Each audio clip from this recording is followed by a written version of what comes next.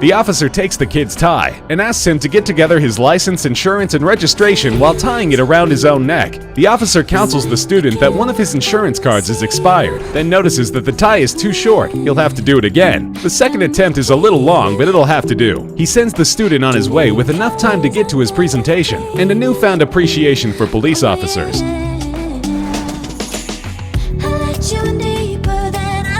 When the Oakland Cougars and Logan Township Lions met for a game of youth football in 2013, the Cougars coach brought out a trick play he had been working on for some time. In fact, he had collaborated on it with the head coach of the other team. This might sound a bit unusual, but the whole plan revolved around a very unusual and very determined player. 10-year-old Jacob Steiner was a special needs student that had been taken under the wing of the coach and the entire football team. He had been playing in games all season long, but on this play you could see that the opposing players, with as much subtlety as they could muster, all allow themselves to be blocked, run the wrong way, or just fall down without being touched, all to make sure Jacob could know what it feels like to score a touchdown in a game, an experience he will certainly never forget.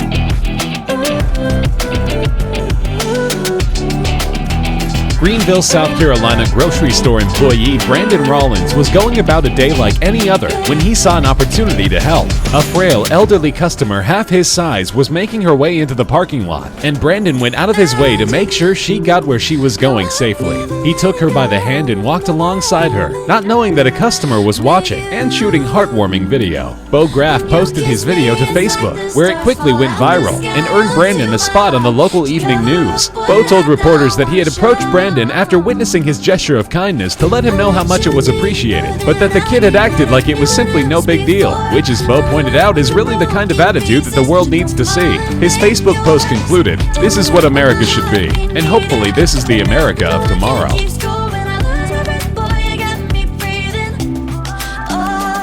Employees at the Qdoba restaurant in Louisville, Kentucky take pride in going out of their way for their customers. Among their many regulars is a woman that employee Ridge Quarles describes as a very nice lady with disabilities who isn't able to get out of the house very often but loves to eat at her neighborhood Qdoba when she can. Employees know her order by heart, but one day when she was having a particularly tough time, she had an unusual request for Ridge. After placing her regular order, she asked Ridge if he might be able to help feed her, and the young man didn't think twice before agreeing. Several other customers noticed the exchange, and one shot some video, which he shared to social media. The big-hearted gesture brought local news to the friendly restaurant, but Ridge insists that he was only doing what anyone else would have done.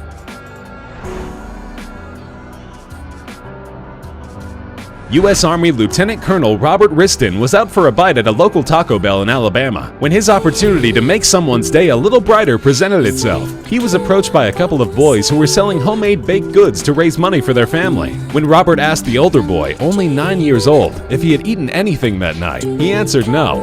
But Robert didn't have any cash on him, and the youngsters weren't in a position to take credit cards. So Robert brought both boys up to the counter and let them get anything they wanted to eat on him. The video was captured by a customer who decided that the heartwarming moment needed to be shared with friends. After going viral, Robert was interviewed by local news, telling them that the boys were just as much of an inspiration to him as he could ever be to them. He also mentioned that they thanked him not just for the meal, but for watching over and protecting them in his role as a soldier.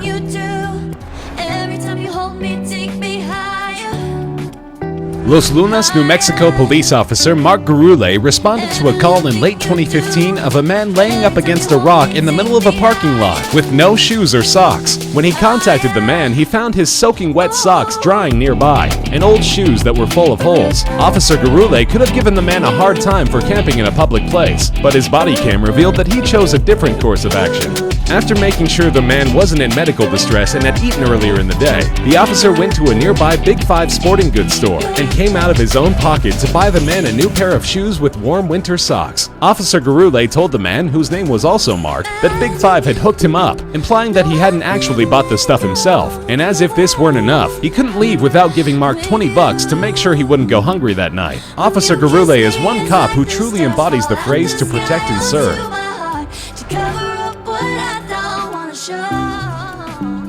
In 2014, a man boarding a commuter train in Perth, Australia almost lived out every commuter's worst nightmare. As he was getting on board the busy train, he lingered a bit too long, and just as the doors were closing, he slipped, getting his leg caught in the gap between the train and the platform.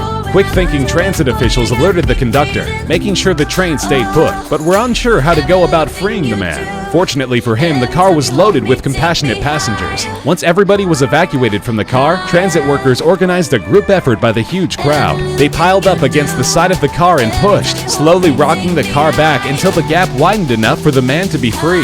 The extraordinary effort was caught by surveillance video. A transit spokesman said the occurrence was simply an accident and not the result of overcrowding, and praised the actions of transit staff and all of the passengers who saved the man from potentially serious injury.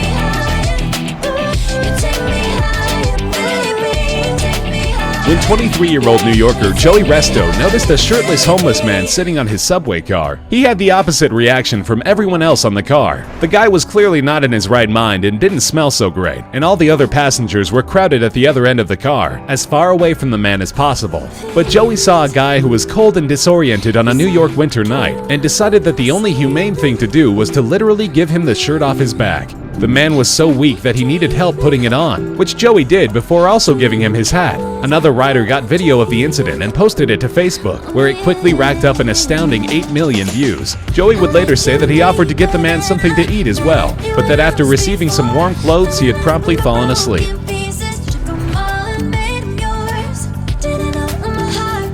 Employees of a Vancouver, Washington donut shop could tell that something was wrong with one of their drive-thru customers one morning in early 2016. The unidentified woman was visibly upset, and when one young employee asked if he could help, the woman confided that she had lost her 37-year-old husband just the previous night. The 19-year-old employee, Pierce Dunn, asked the woman if he could pray with her, which she said would help. Amazingly, several other employees dropped what they were doing and leaned out the drive-thru window to participate in an impromptu prayer circle. Of the group, only Dunn explicitly identifies as Christian, with another young man later telling reporters that he isn't religious at all, but just wanted to try to help someone who was obviously in need. A customer in line at the drive-thru snapped this photo, which garnered millions of views on Facebook. The general manager of the Dutch Bros franchise commented that these are just the kind of people the company hires, and that her employees do things like this all the time. This unbelievably touching incident just happened to be caught on camera, and the kids involved say that they just hope the picture going viral doesn't cause the woman any trouble.